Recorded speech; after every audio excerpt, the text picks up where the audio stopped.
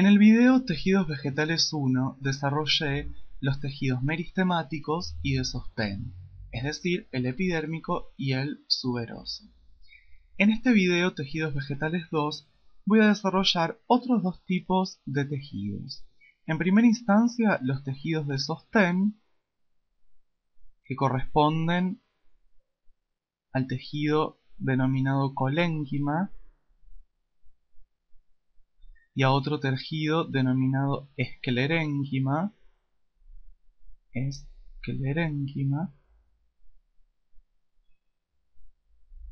Y además voy a hablarles sobre otro tejido que es el tejido parenquimático.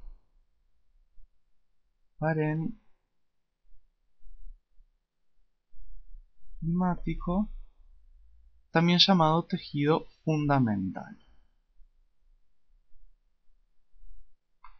Bien, voy a empezar con el primero, que es el tejido colénquimático o colénquima. Entonces, tejido colénquima. Recién les dije que el colénquima es uno de los tejidos vegetales que tiene la función de sostén en la planta. Ya vamos a ver cuál es su localización y para qué sostén brinda. Bien, ¿qué características tienen las células de este tejido? Las células del tejido colénquimático son células vivas que no tienen pared secundaria. Recuerden que la pared secundaria era la que hacía que la célula muera. Otra de las características es que la pared celular no es uniforme en toda su extensión en la célula. No es uniforme, sino que tiene distintos engrosamientos cada tanto porque se depositan distintos materiales en ella. Entonces hace que no sea uniforme. Si yo quisiera dibujar una célula colénquimática, la dibujaría así, pero cada tanto le tengo que hacer como engrosamientos, ¿ven? Después más finita y después más gruesa, porque no tiene un grosor uniforme en toda su extensión. Esos son los engrosamientos de estas células. Y respecto a la forma, puede haber fibras colénquimáticas o también formas isodiamétricas, como la que les dibujé acá. Y fibras serían más bien alargadas. Bien, ¿qué características tiene este tejido colénquimático? Es que es un tejido plástico. ¿Qué significa que sea plástico? Que se puede deformar. Por ende permite cierto movimiento. ¿Dónde se localiza? ¿En la planta? En los lugares donde la planta tenga que sostener algo. Por ejemplo, en los pecíolos de las hojas, en los pedúnculos de flores y frutos, para aguantar el peso de los mismos, etc. Bien, estas fueron las características del tejido colénquimático. Vamos a ver ahora las características del tejido esclerénquimático. Entonces, esclerénquima tiene algunas diferencias con respecto al tejido colénquimático. Primera instancia, bueno, también dijimos que es un tejido de sostén. ¿Qué características tienen las células del esclerénquima? Las células del esclerénquima son células muertas. Esto quiere decir que tienen pared secundaria. ¿Qué otras características tienen las células? Es que están tienen la pared totalmente engrosada. Tienen la pared totalmente engrosada. Y podemos tener distintas formas. También pueden formarse fibras cuando son alargadas, llamadas fibras esclerenquimáticas, o con distintas formas, denominadas esclereidas. Formas de esclereidas, por ejemplo, medio redondeadas, o también medio con algunas con formas irregulares, ¿sí? Tenemos fibras esclerenquimáticas o esclereidas. Bien, ¿y qué características tiene respecto a su función como tejido? Es que es un tejido que tiene propiedad elástica. Es decir, que se puede estirar, pero puede volver a su posición normal. Y además es más especializado, mayor especialización,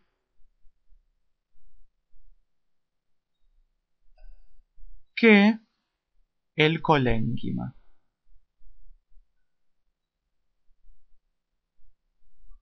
En general, las fibras esclerenquimáticas se relacionan con los vasos de conducción. Y además, las esclereidas, que son los otros tipos de células esclerenquimáticas, se localizan en distintos lugares de la planta para dar el sostén.